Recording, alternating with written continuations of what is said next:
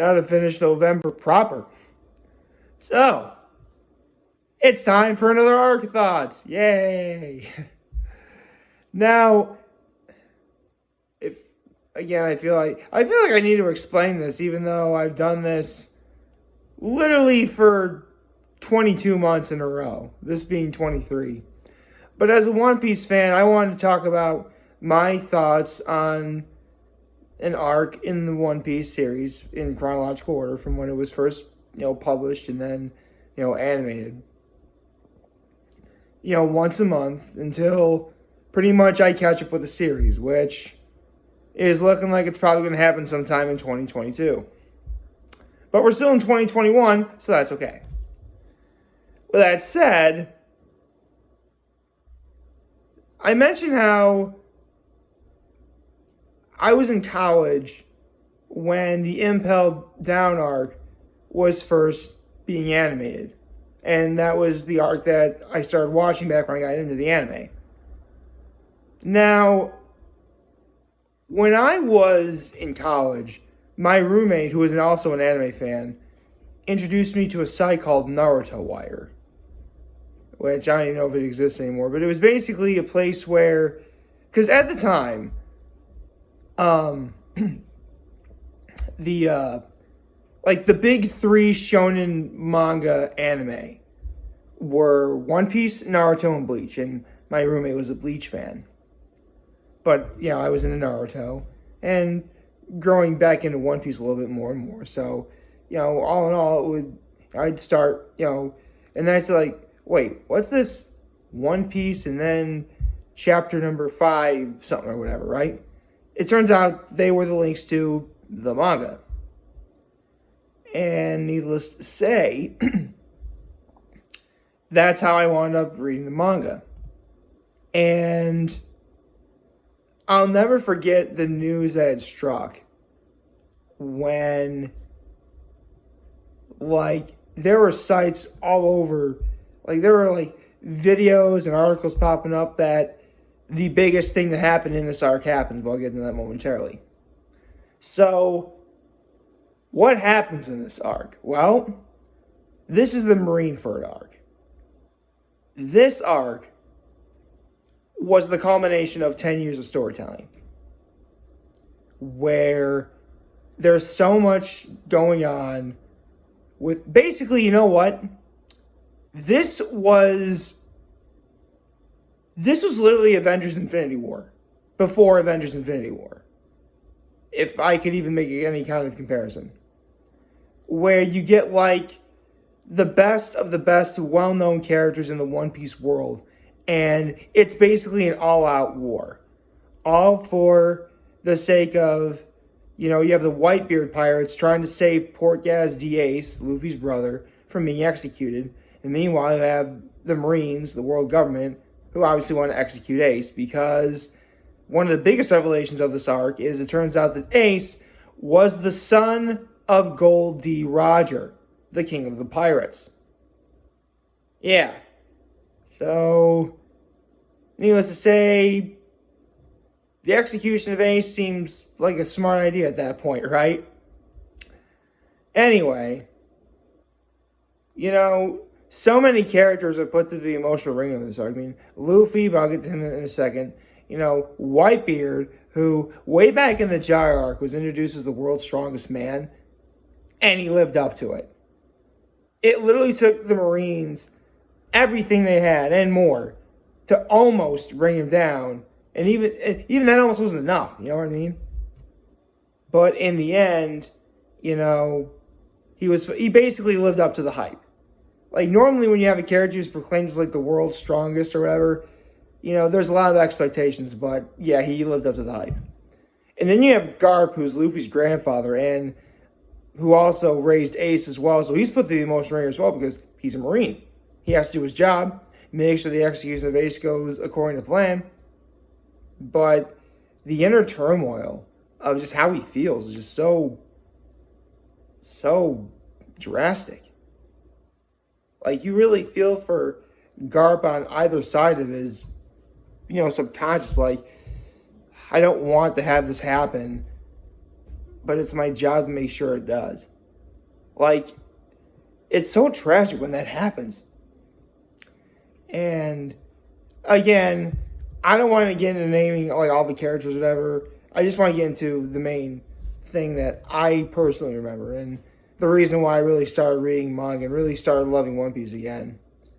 Because the articles and everything I mentioned earlier was the fact that Ace died.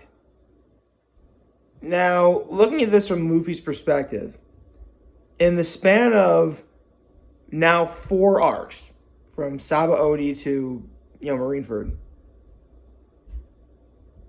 he got separated from his crew, realized that his brother was going to be executed, went to the greatest prison in the world, going through 6 layers of what could honestly be described as each living hell, only to find out that Ace was taken to Marineford before he could get there, so he has to escape from that impenetrable prison, creating the biggest jailbreak ever, and probably one of the best in all of fiction, gets to Marineford, gets himself into a war where there are figures in this war who are so incredibly powerful that the gap between them and him is literally the length of the Grand Canyon, practically, if not more so. And the worst possible thing happens when your foster brother, who you grew up with, who you love, dies. And not just dies, he literally died in Luffy's arms. This was the first time I think anyone had ever actually seen Luffy in such a manner where, like, he was in such shock and horror that he became practically, he was comatose, completely comatose. Thank you, Jinbei, for saving the day and saving his life, actually. And, this is a real waker-upper, because this was about as monumental of an event as, like, seriously, this is the arc that all of the One Piece arcs before and after have to measure up to, which I can definitely think of one that's going to do so, but we'll get to that probably August of next year. So with that in mind, the one thing, should you ever want to read this arc, this isn't one you can just jump in. Like, it really is like watching the Marvel Cinematic Universe. If you really want to enhance your experience and have a better feel of what you're watching or reading, you have to have read everything beforehand. So, think of it this way. 500 chapters isn't nearly as lengthy as 1,000, if you want to look at it that way. But, this arc gets criticism. In the manga, it's criticized for going too fast. In the anime, because they have to put fill and everything, it gets criticized for going too slow. So, what can you do? This is a war. How do you properly, bring it to life, And all I know is that it is one of the greatest wars, fictional wars, I think I've ever seen and or heard of, for sure.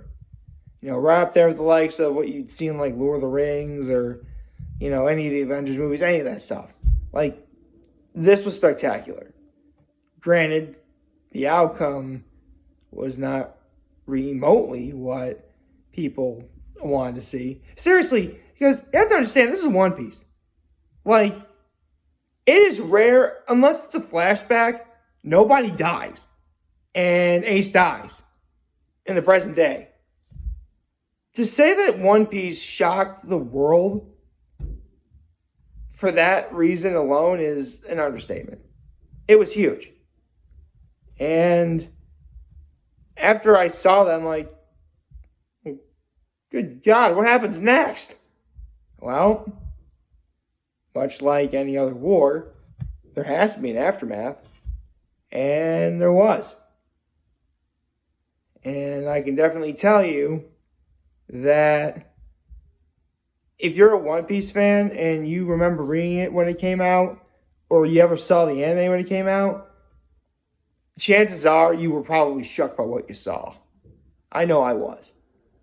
And major props, because here's the thing. Like, as bad as the pacing in the manga might be for some people, or in the anime, depending on how fast or slow you want it, the iconic moments that were shown in this arc were done brilliantly. I mean, I don't even know where to start. I mean, clearly the best moment is when Luffy is standing up to the three admirals. Easy. For me, anyway. Plus, in the anime, it played that one song, Hengi no Noroshi from One Piece Strong World, which I think is probably one of my favorite One Piece soundtrack. Is probably one of my favorite songs on like the One Piece original soundtrack, but that's just me. Either way, like, this is like the arc that all One Piece arcs should aspire to be like. And you have some in the past that have come close. Some in recent years that definitely come close. But I'm pretty sure there's one that is just as good, if not better. But again, we'll have to get to that when we get to that. For now, that's it. This is the final video of November of 2021 for me. Now, we just have to wait until December when I can talk about the aftermath, which I promise, I don't think I'll take as long as I did, because this is technically, like, seriously, it's 8:57 p.m. on November 30th. So basically, I have like 3 hours and 3 minutes until November is over, and then I wouldn't be able to do it every month. So, yeah. I'll try not to do it as late, though, because with Christmas and the holidays coming up, I won't be too long and everything. So, with that being said, I gotta start getting festive around here. Like, favorite, share, the subscribe button, follow me on social platforms on YouTube. I'm very home this video for all of you guys watching. Enjoy for today. Hopefully, I hope we had a wonderful Tuesday. And remember, if you guys want to talk to Jim, we'll be here to lend you guys right back. Take care, make good choices. See ya.